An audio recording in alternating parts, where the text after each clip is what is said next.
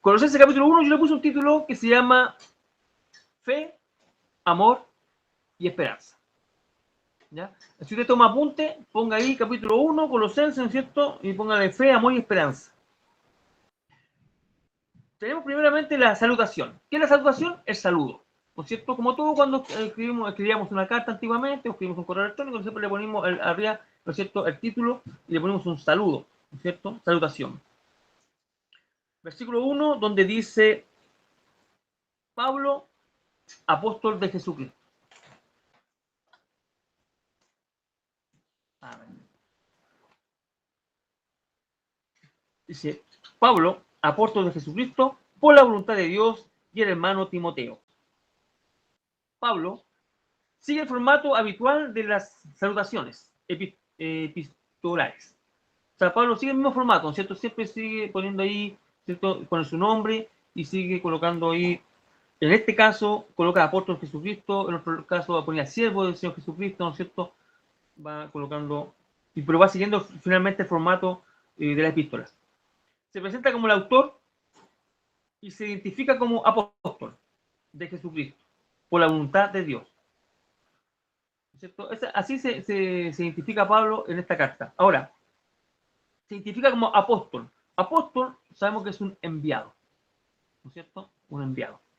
Y dice que es un enviado, pero no por mérito.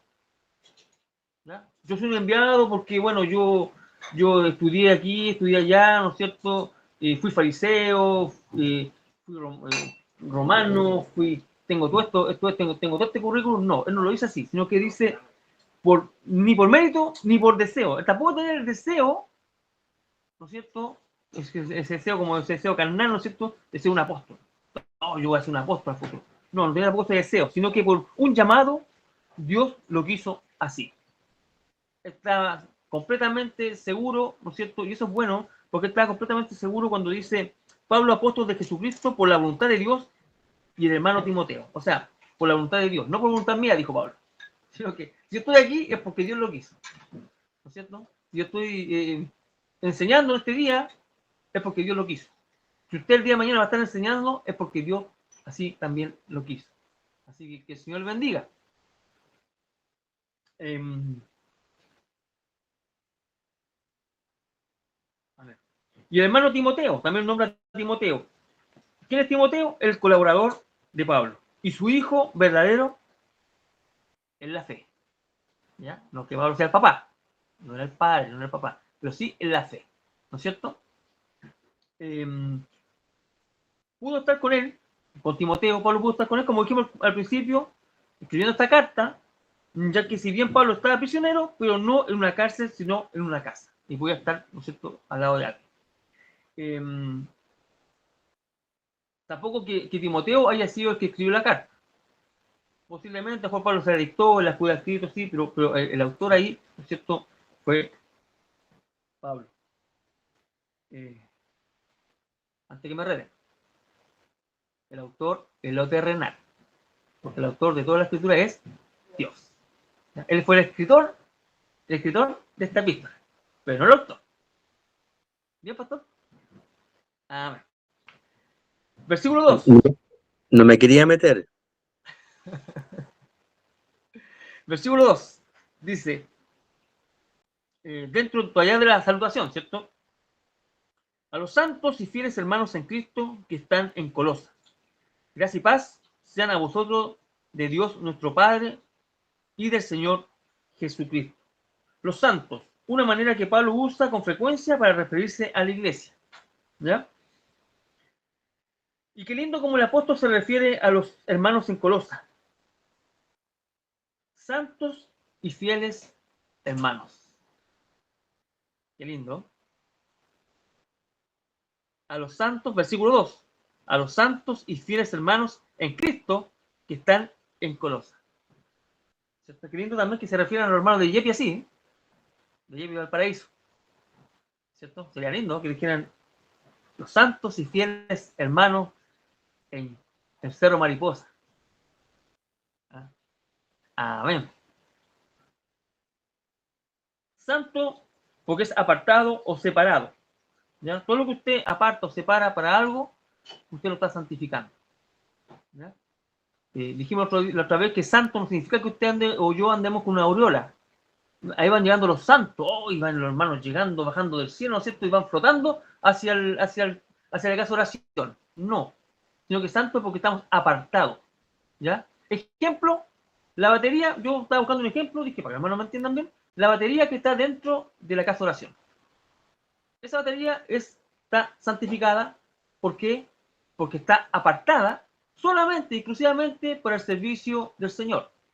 Ahora, si el hermano toma la batería y dice, ¿sabe qué? Pastor, me la llevo porque tengo la junta de vecinos, hay una fiestita y yo voy a tocar, ¿no es cierto? Música tropical con la batería. ¿Se toca tropical? No, rock con la batería. ¿Ya? Entonces se la lleva, entonces ya no estaría santificada. ¿Ya? Porque no estaría solamente apartada para las cosas de Dios, sino que estaría para cualquier tipo de uso. En este caso, nosotros somos santos porque estamos apartados para las cosas del Señor. ¿Ya? En este versículo 2, el apóstol usa dos direcciones para situar a los hermanos colosenses. Versículo 2, donde dice, a los santos y fieles hermanos en Cristo que están en Colosas. Entonces ahí esa parte, Pablo ocupa dos direcciones para situar a los hermanos colosenses. Voy a partir al revés. Número 1, una dirección geográfica, porque dice que están en Colosa, en esta ciudad. ¿Ya? Y número 2, una dirección espiritual, porque dice que está en Cristo. Mire qué lindo. No con Cristo. ¿Sabes lo vimos? No que están con Cristo, ni que tampoco ellos saben de Cristo, sino que están en Cristo. Como estábamos estudiando ayer, ¿se acuerda que había una palabra que separaba, ¿no es cierto?, del temor de Dios y el temor a Dios? ¿Se acuerda que era el de y el a que hacía la separación? No lo voy a explicar porque el pastor lo explicó ayer. ¿Ya? Ahora lo mismo también. Una dirección espiritual en Cristo y no con Cristo.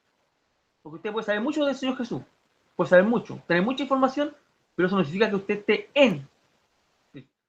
Amén. Capítulo 1, versículo 3 al versículo 8, tenemos acción de gracia. Un agradecimiento, ¿no es cierto?, ahí del apóstol. Donde dice, siempre orando por vosotros, damos gracias a Dios, Padre de nuestro Señor Jesucristo. Siempre orando por vosotros, damos gracias a Dios. Entonces, ahora viene una acción de gracia.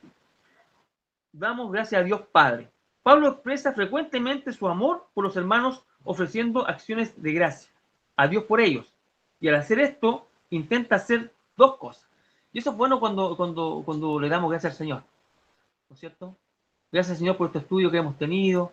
Gracias, Señor, porque usted ha puesto a los jóvenes también, los niños, los días domingos, ha puesto también a ellos para que nosotros podamos también enseñar la palabra del Señor, ¿no es cierto? Y hacer una acción de gracia. A veces hacemos una acción de pedir. Y pedimos, y pedimos, y pedimos, pedimos. Señor, lo que te pedí ayer, te lo pido hoy. Y Señor, lo que te pidió hoy, te pido mañana. Entonces así vamos a veces orando. Pero qué lindo de repente darse un tiempo y dar una acción de gracia también por la familia en Cristo, ¿no es cierto? Etcétera, etcétera, por cómo el Señor también nos ha bendecido cada día. Así que Pablo lo hace. Y es digno de... Y Pablo dijo que él que también era ejemplo. Así que también debemos hacer cosas que también Pablo hacía, obviamente.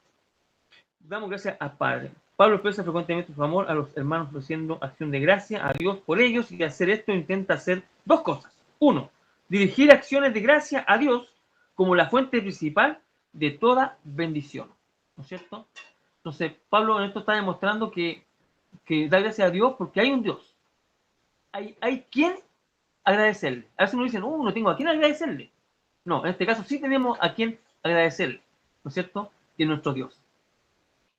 Y Pablo quiere reflejar esto como una fuente principal de toda bendición. O sea, que hay un ser superior, ¿no es cierto? Que todo lo que nos pasa a nosotros y todas esas bendiciones que nos llegan es gracias a Dios. Y Pablo se da el tiempo también de agradecerle. Y dos, animar a los creyentes por quienes él está agradecido. También una forma de animar, ¿no es cierto? Muchas gracias, mi hermano, hemos aprendido mucho. Muchas gracias, mi hermana. se nota que el Señor a usted la respalda en la predicación, entonces también eso levanta los brazos a quienes están, ¿no es cierto?, por delante, liderando ya sea un mensaje, liderando ya sea una congregación. Muchas gracias, pastor, porque se ha notado que usted también eh, invierte tiempo en la congregación. Muchas gracias, mi hermana, porque hemos visto también que usted, pese a los estudios con su hijo y todo, igual se da el tiempo, ¿no es cierto?, de poder estudiar, también enseñarnos a nosotros. O sea, también son acciones de gracia también que también eh, animan a los creyentes. Versículo 3, siempre orando por vosotros. En todo momento, Pablo oraba por ellos. No era algo puntual. ¿Ya? No era algo puntual como muchas veces también lo hacemos nosotros. Eh, por ejemplo, decir, la pastora habla y dice, ¿sabes qué, hermano? Le pido la oración por mi esposo, por el pastor, porque necesita que oremos por él. Sí, hermana, vamos a orar por él. No, ni siquiera le dice pedirlo, porque en nuestras oraciones siempre debe estar nuestro pastor. En nuestras oraciones siempre debe estar nuestro hermano que recién llegó a la congregación, aquel hermano nuevito. Hermano, llegó un hermano nuevito, así que vamos a tener que orar por él para que, sí, yo me anoto para orar por él. Sí, no, nosotros ni siquiera debemos decirlo porque en nuestra oración debiese estar.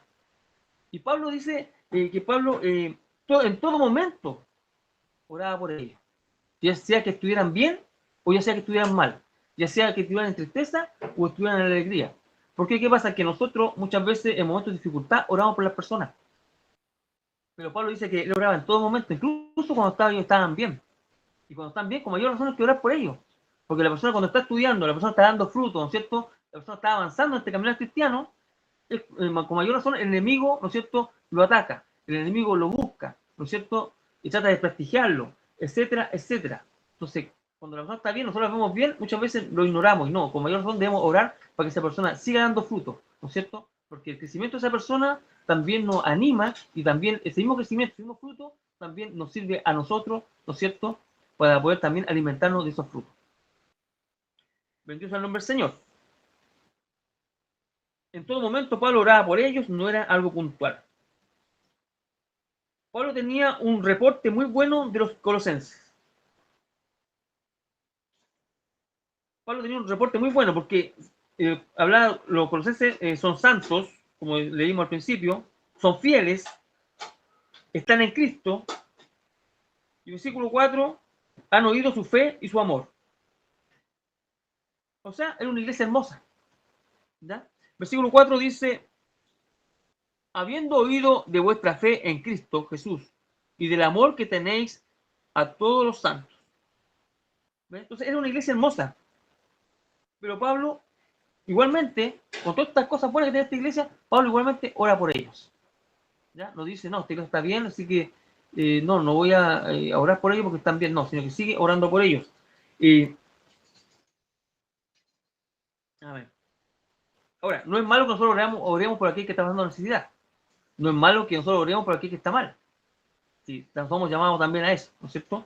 Pero también orar cuando las personas están bien, cuando la persona está creciendo.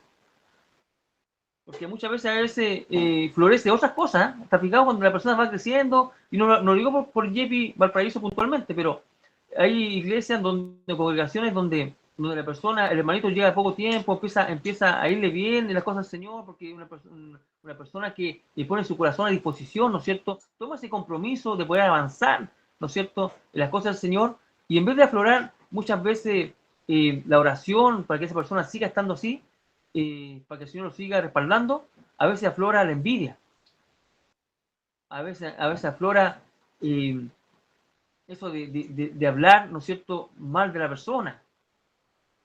Entonces, para evitar todos esos problemas, nosotros lo que debemos hacer siempre es doblar nuestra rodilla y orar por aquellas personas, ¿no es cierto? Pero también debemos hacerlo por quienes están bien, para que el fruto que están dando se multiplique aún más. Cuando el fruto del hermano se multiplica, los que ganan somos la iglesia, el cuerpo, ¿no es cierto? El cuerpo. Así que siempre es bueno que al hermano le vaya bien para que a nosotros también nos vaya bien. En el versículo 4, Pablo señala su fe en Cristo, el amor por los hermanos y la esperanza plena de la salvación, como las razones por las que da gracias a Dios. ¿Ya? El versículo 4 también nos dice amor a todos los santos. Uno de los frutos visibles de la fe verdadera que lleva a la salvación es el amor hacia los hermanos en la fe.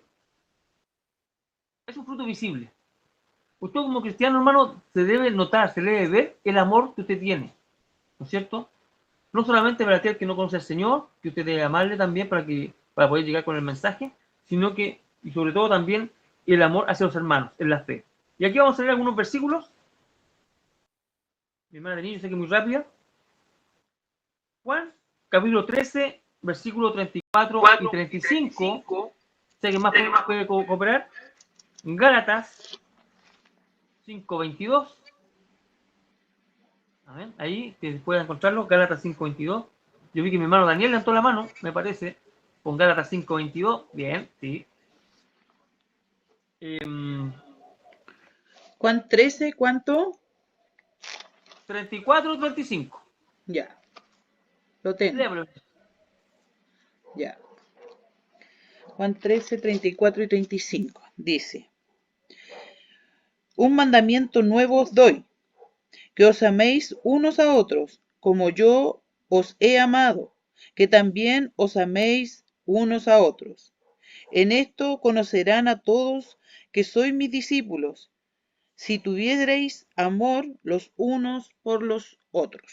Amén. B. Gálatas 5:22. El fruto. Amén. Amén. Mas el fruto del Espíritu es amor, gozo, paz, paciencia, benignidad, bondad, fe. Amén. Gracias, hermanito. También en 1 Juan 2:10 nos dice: el que ama a su hermano permanece en la luz, y en él no hay tropiezo. ¿Ves? Como el Señor nos manda, ¿no es cierto?, amar a nuestros hermanos. El amor es visible cuando estamos en Cristo. Y 1 Juan, yo también la tengo, 1 Juan capítulo 3, versículo 14 al 16 dice: nosotros sabemos que hemos pasado de muerte a vida, en que amamos a los hermanos. El que no ama a su hermano permanece en muerte. Todo aquel que aborrece a su hermano es homicida, y sabéis que ningún homicida tiene vida eterna permanente en él. En esto hemos conocido el amor, en que él puso su vida por nosotros también. Nosotros debemos poner nuestras vidas por los hermanos. A ver. Estamos complementando, ¿no es cierto? Cuando en el versículo 4, cuando se nos dice: habiendo sido de vuestra fe en Cristo Jesús y del amor que tenéis a todos los santos. Esto de amar a mi hermano no es una obligación. Como usted se levanta en la mañana: oh, tengo que amar a mi hermano, y más a ese hermano, tengo que amarlo. Señor, yo no te pido amor, dame paciencia. Dame paciencia con el hermano. Entonces, pero aquí me dice que estoy obligado a amar. O sea, mi tarea de hoy día es tratar de amar al hermano. ¿Ya? No es una obligación ni tampoco es una tarea, sino que es un resultado. ¿Ya? Es un resultado de lo que he creído. Usted ha creído en el Evangelio, usted ha creído en Cristo, entonces como resultado, el amor, ¿no es cierto?, es parte del resultado que usted tiene. Y ahí usted debe, con ese amor, usted debe amar a su hermano. Y los colosenses reflejaban su fe en Cristo por el amor que reflejaban. Un amor especial que se nota. O sea, usted se debe notar que usted ama a su hermano. ¿Ya? ¿Y en qué se puede notar que yo amo a mi hermano? Cuando usted está en su casa y no sabe por qué orar. ¿Por qué? Porque orar hoy día. Resulta que usted tiene a su hermano pasando necesidad, pidiendo oración, y usted no se acuerda. Y usted no ora por su hermano. Entonces usted no está amando a su hermano. ¿No es cierto? Pero usted se ora a su rodilla y dice: Señor, mire mi hermanita, con dificultad llega al culto, pero llega, Señor, mire cómo ella, Señor, a veces no tiene para el colectivo, a veces yo la he visto venir caminando, Señor, ayúdame, ponle en el camino cuando haya el culto para poder llevarla, Señor. ayúdame a esto, Señor, te pido por el hermano que quiere crecer, que quiere aprender y no puede, pero él trata, Señor, mire, Señor, respáldelo, póngale ahí, abra su entendimiento. Y usted empieza a orar por el hermano. Usted empieza a orar, usted está demostrando un amor hacia él. ¿No es cierto? Señor, que mi hermano crezca. O sea, usted está diciendo que crezca en lo espiritual, ya, porque algunos ya en lo físico ya no crecimos más, pero en lo espiritual, Señor, que mi hermano crezca en lo espiritual. Entonces, usted empieza, ¿no es cierto?, y a lo mejor va a venir algo a su cabeza que va a decir que crezca y que crezca más que tú. Mira, pero te hace sombra entonces. Ahí ya no está el amor, ¿no es cierto? Pero no importa, que mi hermano crezca, que mi hermano se destaque, Señor, porque mi hermano aprenda para que te entregue un mejor servicio a ti, Señor. Entonces, enfocado así. Eso significa que usted está amando a su hermano, no importa que crezca más, que crezca menos, que crezca más o menos que usted, pero usted está pidiéndole, ¿no es cierto?, el respaldo, ¿no es cierto?, para que el Señor lo pueda hacer crecer al hermano. Y eso es un reflejo de amor. ¿Ya? No solamente con decirle que el Señor te bendiga, sino que también en el silencio ahí, en oración, a lo mejor usted dirá, pero mi hermano no sabe que estoy orando por él. No importa. Dios sí sabe. Amén. Y a lo mejor el día de mañana el hermano va a decir, mire hermano, me explicaron esto, yo nunca lo entendí, ahora lo entendí. Y usted va a decir, gracias Señor, porque usted abrió su entendimiento. Y está usted como hermano orando, ¿cierto? Por él. Así que el Señor les bendiga. Versículo 5. Dice, no se preocupen, no va a llegar al 30. Yo lo dije al principio, no va a llegar al versículo 30. Creo que son 30. No va a llegar al 30, va a llegar un poquito menos, ¿no es cierto? Va a haber una primera parte. Así que, amén. Versículo 5, 1:5, capítulo 1, versículo 5. A causa de la esperanza que os está guardada en los cielos, de la cual ya habéis oído por la palabra verdadera del Evangelio. La fe y el amor de los creyentes colosenses se basaban en la esperanza que tenían reservada en el cielo. Ahí se basaba su fe y su amor. ¿En qué se basa su fe y su amor? ¿En las promesas del Señor? ¿En lo que está reservado en el cielo para nosotros? ¿O se basa en lo material, en el trabajo? Estos colosenses se basaba ahí, su esperanza, su fe, por lo que tenían reservado en el cielo. Y si está en el cielo, ¿cómo lo conocían? ¿Cómo sabía si lo que Dios, su fe, su esperanza estaba basada, ¿no es cierto?, en lo que está en los cielos? Entonces, pero si está en los cielos, ¿cómo lo conocían? Versículo 5, segunda parte. De la cual ya habéis oído por la palabra verdadera del Evangelio. O sea, ya habían sido predicados. ¿No es cierto? Ellos ya habían sido predicados. Ellos no conocían con sus ojos carnales, pero sí con sus ojos espirituales. ¿No es cierto? Porque ellos habían recibido el Evangelio, la buena noticia. ¿No es cierto? Entonces ellos recibieron la predicación, recibieron la buena noticia, recibieron el Evangelio y sabían, ¿no es cierto?, que a futuro, si ellos estaban tomados de la mano del Señor, ¿no es cierto?, que ellos iban a poder un día alcanzar aquella meta. Que el Señor les bendiga. Los colosenses aceptaron esta palabra, aceptaron el Evangelio. Versículo 6.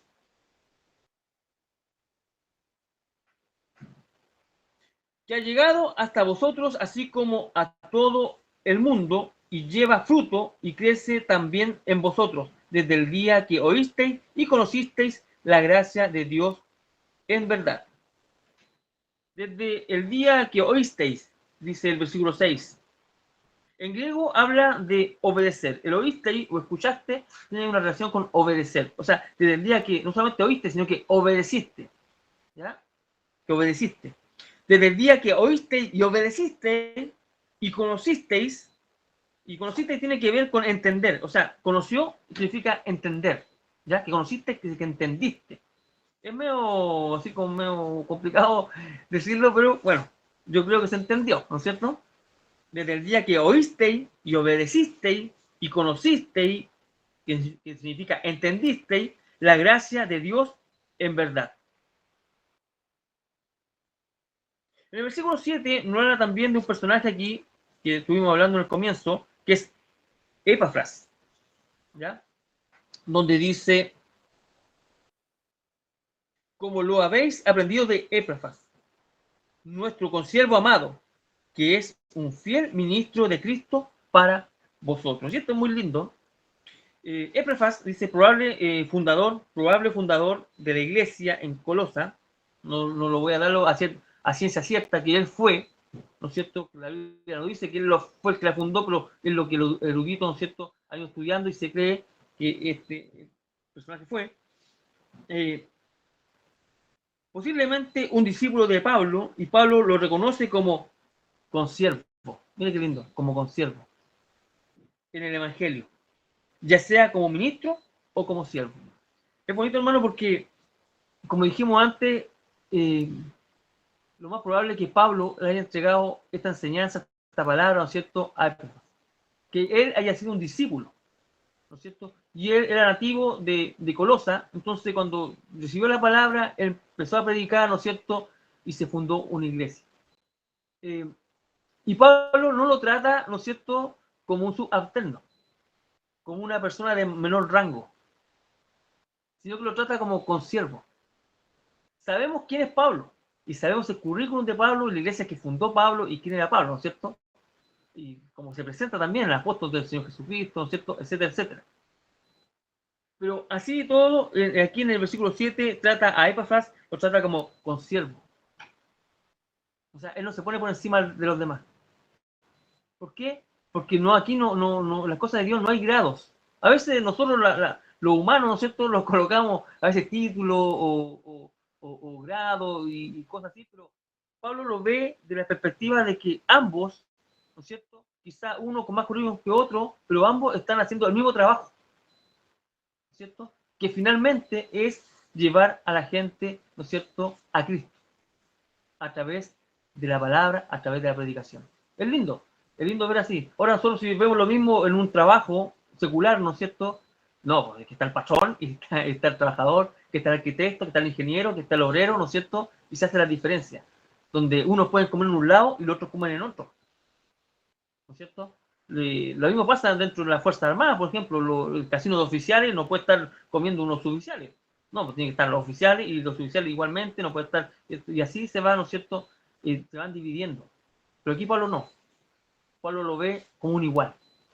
Porque ambos recibieron finalmente el mismo mensaje, ¿no es cierto? Y ambos están haciendo la misma tarea. Lindo, lo encontré muy lindo y quise también destacarlo. ¿Ya? Versículo 8. Dice: quien también nos ha declarado vuestro amor en el Espíritu. Los cristianos no tenemos excusas para no amar, ya que el amor cristiano proviene del Espíritu Santo. O sea, usted como cristiano no puede no amar. ¿Ya? Es un fruto, ¿no es cierto? O es parte del fruto del Espíritu, el amor. ¿Ya? Es un ingrediente de este fruto, para que quede más claro. Un ingrediente de este fruto del Espíritu, ¿no es cierto?, que es uno, es el amor. Nuestra fe nos produce amor, y ese amor, esperanza, porque han creído en el Evangelio. ¿Ve? Nuestra fe nos produce amor, y ese amor, esperanza. Así como en el título, ¿no es cierto? Yo sé que mi hermana Denis tomó nota del título del capítulo 1, la primera parte que estuvimos leyendo, que es fe, amor y esperanza. Bueno, pasamos a la segunda parte ya, que es la segunda parte, porque tengo parte 1 y parte 2, no tengo la tercera parte, porque esa la vamos a ver la próxima semana, ¿ya? Parte 2, también le puse un título que es Conocimiento de Dios y fortaleza en su poder, ¿ya? Voy a decirlo más lento, porque la hermana está escribiendo ahí. Conocimiento de Dios y fortaleza en su poder. Y esta es una oración, ¿ya? Teníamos acción de gracia, donde Pablo da gracia, el saludo primeramente, después da gracia, y ahora viene también una oración en el versículo 9 al versículo 14, ¿no es cierto? Aquí Pablo hace una transición de la acción de gracia a la intersección, escribiendo con precisión a los santos de Colosa, la forma en la que ora por ellos. El apóstol no ora en forma abstracta por las iglesias, sino específicamente por lo que necesitan, en las circunstancias particulares en las que se encuentran. O sea, Pablo no ora por orar por una iglesia, porque muchas veces eso nos cansa. Estamos orando, pero al final no sabemos por qué estamos orando, sino que Pablo, ¿no es cierto?, lo hace en forma particular y se sitúa en el problema, en la dificultad o en el pecado o la herejía que está entrando, ¿no es cierto?, en aquella iglesia. O sea, Pablo hace oraciones focalizadas, ¿no es cierto? Por las circunstancias que pueden estar pasando ellos, por las dificultades que puedan estar pasando ellos, por la forma que está entrando el evangelio a ese lugar, o cómo está entrando también la falsa doctrina o los falsos maestros o la energía en aquel lugar. Ahí Pablo se enfocaba, ¿no es cierto?, quirúrgicamente en la oración. Versículo 9 dice, por lo cual, también nosotros, desde el día que lo oímos, no cesamos de orar por vosotros y de pedir que seáis llenos del conocimiento de su voluntad en toda sabiduría e inteligencia espiritual. Por lo cual,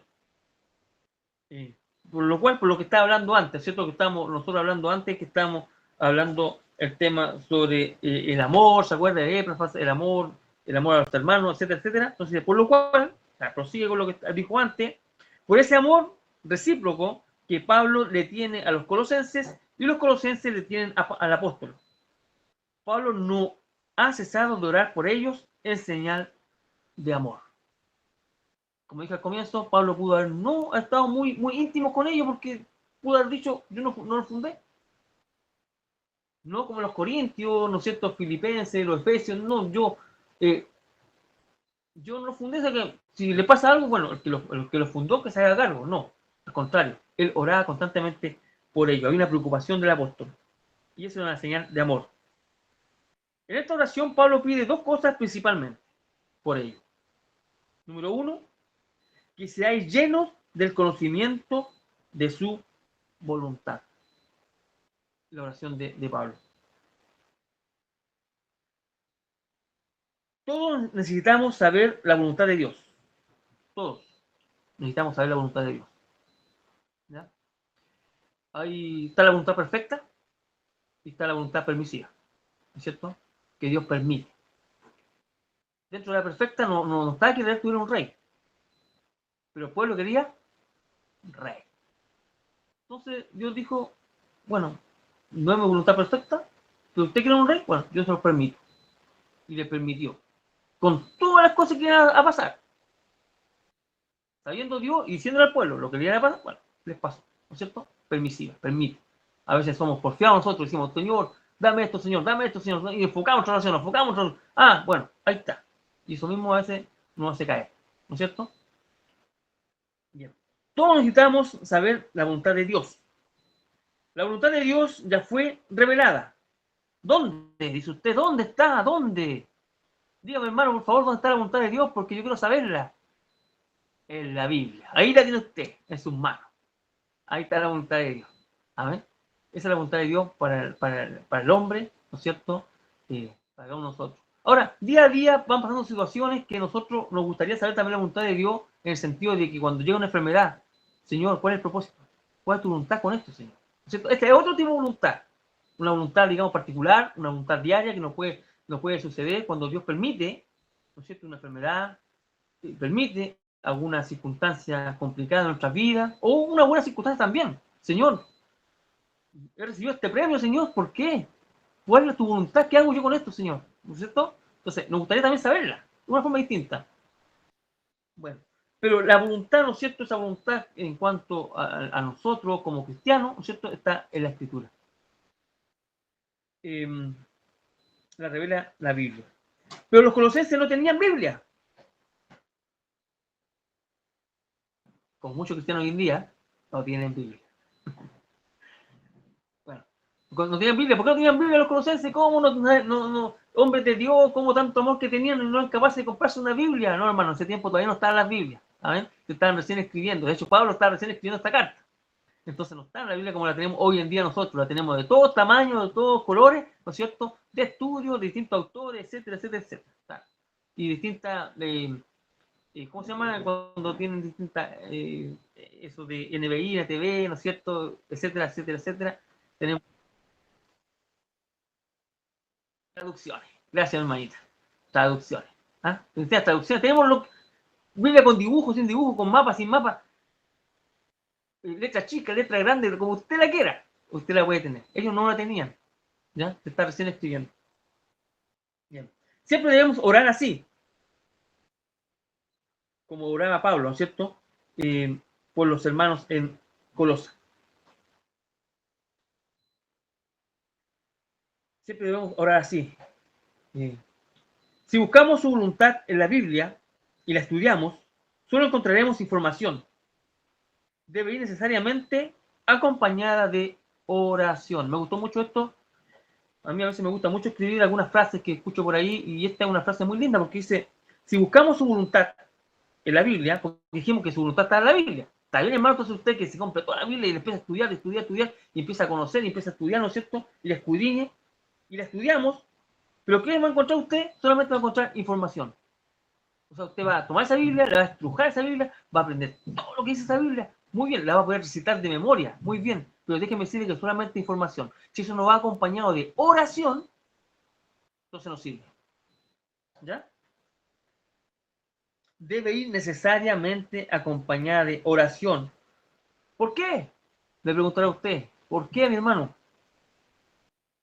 Porque en el versículo 9 dice, la segunda parte dice, en toda sabiduría y inteligencia, ¿qué más? Espiritual. O sea, no es algo carnal, no pasa por mi intelecto, no pasa por mi inteligencia, no pasa porque yo fui a la universidad, porque yo no fui a la universidad, no pasa por eso, sino que es espiritual. ¿Y esto para qué sirve entonces? ¿Para qué sirve? Versículo 10. ¿Para qué nos sirve esto que estuvimos hablando, cierto? Que esta oración que hizo Pablo, que sea lleno del conocimiento de su voluntad. ¿Para qué sirve ser lleno del conocimiento de su voluntad? Número 1, versículo 10. Vamos a ver por qué nos sirve. Versículo 10 dice, para que andéis como es digno del Señor, agradándole en todo, llevando fruto en toda buena obra y creciendo en el conocimiento de Dios. Para eso nos sirve, hermano. Amén. Llevando frutos en toda buena obra, agradándole en todo. Para que andéis como es digno del Señor, dice. Para eso nos sirve, ¿no es cierto?, el conocimiento de su voluntad. Para que andéis como es digno del Señor. Este es un concepto clave en el Nuevo Testamento, que requiere del creyente que viva de una manera consecuente con su identificación con su Señor, quien lo salvó. Por eso nosotros debemos tener un conocimiento, ¿no es cierto?, de su voluntad, para que andemos dignos del Señor. Vamos a leer Efesios capítulo 4, versículo 1, Filipenses 1:27, aquellos que puedan aportar ahí, y Efesios capítulo 2, versículo 19.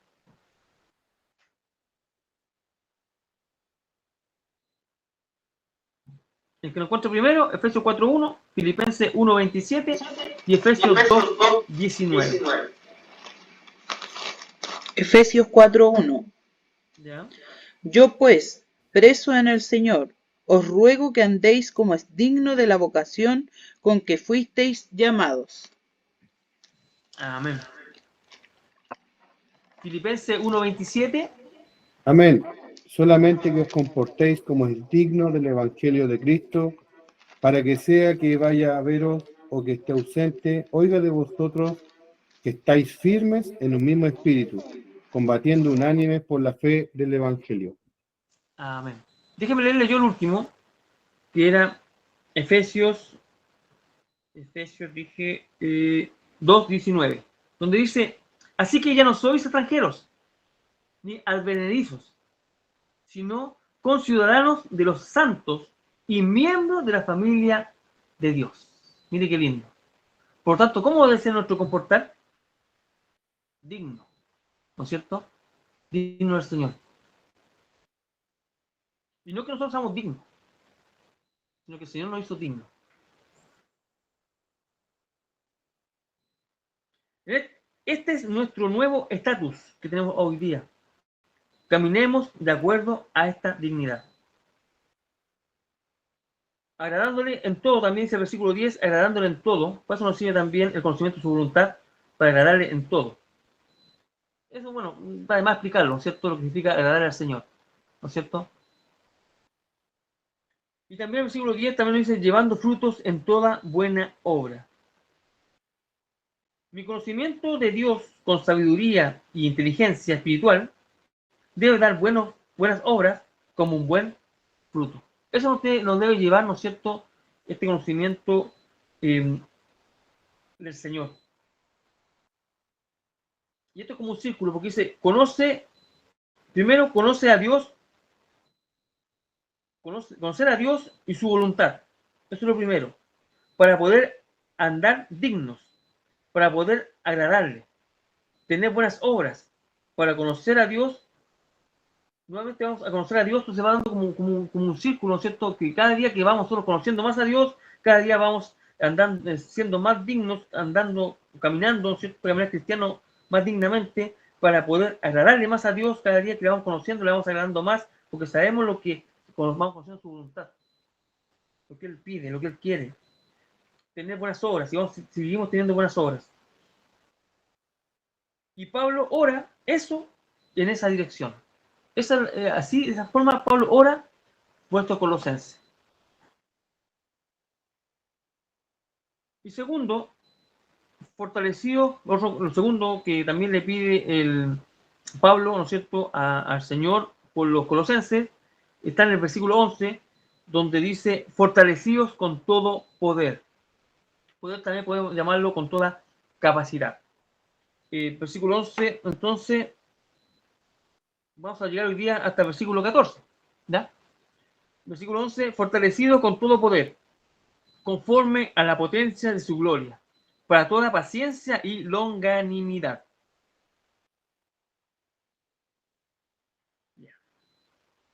Entonces, fortalecido con todo poder. Eso es lo que pide también Pablo para los colosenses. La pregunta es, ¿quién no necesita fortaleza? O dirán por ahí, que levante la mano el que no necesita fortaleza. Todos. Todos la necesitamos. ¿No es cierto? Y así como Pablo oraba, ¿no es cierto?, en la dirección de que los colosenses pudieran entender, pudieran conocer de mejor forma, ¿no es cierto?, la voluntad de Dios, para poder ser mejor en el servicio a Él. De la misma forma también Pablo, ¿no es cierto?, enfoca la oración también en pedir la fortaleza con todo ese poder, ¿no es cierto?, que tiene el Señor para los colosenses.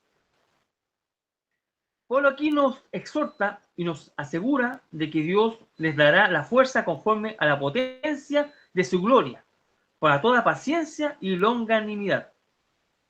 Pablo nos deja al creyente en duda acerca del resultado final, de experimentar este poder. El cristiano, por glorioso poder de Dios, somos fortalecidos para perseverar en dificultades y mostrar paciencia. Yo me gozaba con esta palabra porque decía la hermana Andrea también, decía, nuestra estudiante, después decía yo, hice comentarios sobre esto porque es bien, bien especial. Porque cuando lo leemos, nosotros decimos, mire, déjenme compartir nuevamente en el versículo 11, que usted también puede leerlo ahí, dice, fortalecidos con todo poder. O sea, ya hablamos con todo poder, ¿cierto? Y no poder de cualquiera, sino que está hablando del poder del Señor. Conforme a la potencia de su gloria. O sea, imagínense, ¿cierto? Imagínense. La potencia de su gloria, para toda paciencia y longanimidad. O sea, entonces usted dice, uy, si estoy pasando una necesidad, Señor, con toda esa potencia, ¿no es cierto?, del imperio, ¿no es cierto?, y toda esa potencia que el Señor tiene, o sea, si yo tengo un enemigo, el Señor para mí lo va a destrozar. Porque como sale escrito acá, pero no es así. O si yo tengo una enfermedad, el Señor es tan fuerte, tan potente el Señor, que el Señor la va a tomar y la va a tirar por la ventana y la vas a hacer en menos de un segundo. El Señor la va a destruir por completo. Si el Señor quisiera hacerlo, el Señor lo hace. Amén. Porque Él tiene justamente ese poder, esa potencia, ¿no es cierto?, etcétera, etcétera, para poder, y todo imperio, todo poder, todo, para poder, toda capacidad para poder hacer eso. Sí, puede hacerlo. Pero toda esa potencia, ese poder nos da en darnos paciencia. Entonces yo me gozaba porque decía, no era para destrucción, para destruir a nuestros enemigos, no, sino que era para darnos paciencia a nosotros. O sea, ese poder, esa potencia era para darnos paciencia. Dice, el cristiano, por el glorioso poder de Dios, somos fortalecidos para perseverar en dificultades y mostrar paciencia. Todo su poder no es para conseguir cosas. O sea, yo soy hijo del rey. Entonces, yo necesito una casa de 3 pisos, pero como soy hijo del rey, ¿no es cierto? Y el Señor tiene toda potencia, toda potestad, toda potencia, todo imperio, todo es de él. Entonces el Señor me da a mí regalar una casa de 3 pisos. ¿No? Pero no es así. O sea, todo su poder no es para conseguir cosas. Es para algo más apacible que eso. Y en el versículo 11 nos dice, para toda paciencia y longanimidad. O sea, todo su poder es para que puedas esperar y perseverar pacientemente en tu vida. Yo lo encontré hermoso. ¿Por qué? Porque el destruir a nuestro enemigo no nos va a ayudar. O sea, claro, va a destruir al enemigo y listo, y se acabó. Un destrozo, no poner la palabra. Pero lo va a destruir. ¿Qué se gana ahí? Nada. Pero si el Señor nos da toda paciencia para seguir soportando a aquel enemigo, para seguir orando por él, ¿no es cierto? Y ese enemigo se puede convertir incluso al Señor, ¿no es cierto? Entonces, ¿hay ganancia o no hay ganancia? Hay ganancia. Bendito sea el nombre del Señor. Amén. Todo su poder para que puedas esperar y perseverar, paciencia y longanimidad. Esa palabra de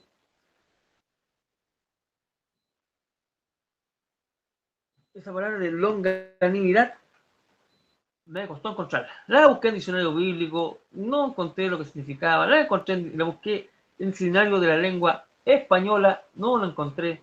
Lo busqué en diccionario de sinónimo y antónimo, no lo encontré. Lo busqué en la escritura, no lo encontré. Así que fui a Google. Y decía longanimidad, ánimo en las adversidades. O sea, el Señor da ánimo en las adversidades. Qué palabra más complicada. Pero bueno, ahí está. Es ánimo en las adversidades. ¿Ya?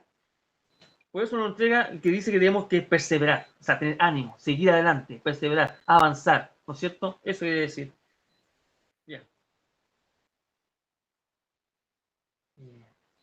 Carnalmente buscamos toda la potencia del imperio de Dios para conseguir cosas, como dije antes, pero Dios nos da su poder para esperar y perseverar.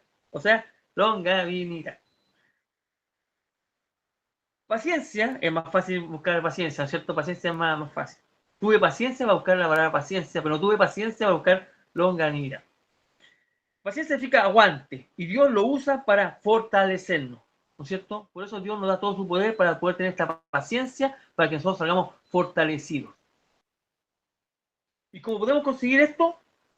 Por medio de la oración. ¿Ya? Si usted quiere conseguir, ¿no es cierto?, paciencia, quiere conseguir este aguante, quiere conseguir usted longanimidad, quiere usted ser fortalecido con todo poder, esto se busca, ¿no es cierto?, y se encuentra por medio de la oración. Ser llenos del conocimiento de su voluntad, y fue lo que vimos al principio, ser fortalecido con su poder, según la potencia de su gloria, es también la segunda parte que vimos. ¿Y cuál es el resultado de esto? ¿Y cómo debemos hacerlo también? ¿Cómo debemos hacerlo? Versículo 12. Dice el versículo 12, con gozo. O sea, debemos estar teniendo esta paciencia, pasando esta adversidad, pasando esta prueba, pasando esta dificultad, ¿con qué? Con gozo. No reclamando, con gozo. ¿Me vino esta enfermedad? ¿Me vino este problema? Bueno, con gozo. ¿Cuesta? Cuesta. ¿Hay llanto? Hay llanto. ¿Hay angustia? Sí. Pero con gozo dice la palabra, que tenemos que hacerlo. Dice el versículo 12, con gozo dando gracias al Padre que nos hizo aptos para participar de la herencia de los santos en luz. Gozo, debemos pacientemente esperar con gozo. La palabra esperar en la Biblia, debemos relacionarla, cuando habla de esperar en la Biblia, esta palabra debemos relacionarla con esperanza. Nuestra espera es una esperanza, ¿no es cierto? nuestra espera. Esperar es una esperanza que nosotros debemos tener. Versículo 12 dice, dando gracias al Padre. Así reflejamos nuestra gratitud, nuestro gozo, paciencia y longanimidad. Dándole gracias al Padre. Versículo 12 también dice algo muy lindo. Nos hizo aptos. Mire qué lindo. ¿Cómo no estar gozoso, hermano? ¿Cómo no estar agradecido? ¿Cómo no darle gracias al Padre? Dice que nos hizo aptos. ¿Para qué? Para participar de la herencia. ¿Se imagina usted, hermano, que de repente de la nada le llegue que usted está apto para recibir una herencia millonaria?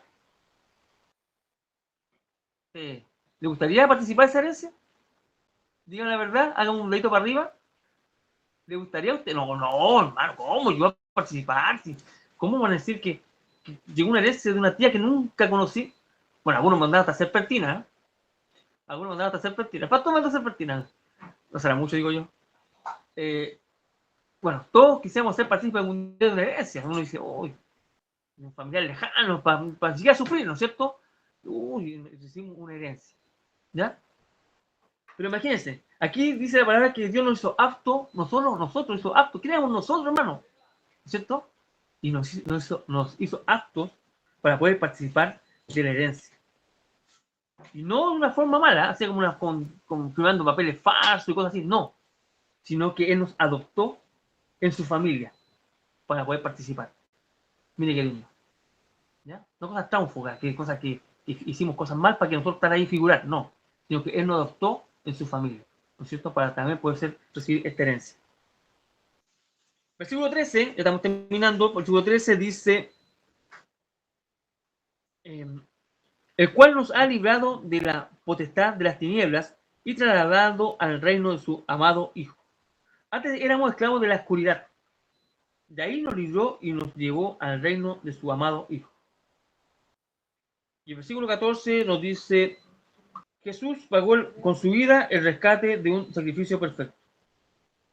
Y aquí estamos terminando. Yo puse nota, dice: un componente de la herejía que amenazaba la salud espiritual de la iglesia en Colosa era la negación de la deidad de Cristo. Pablo combate este elemento condenatorio de herejía con una defensa enérgica de la deidad de Cristo.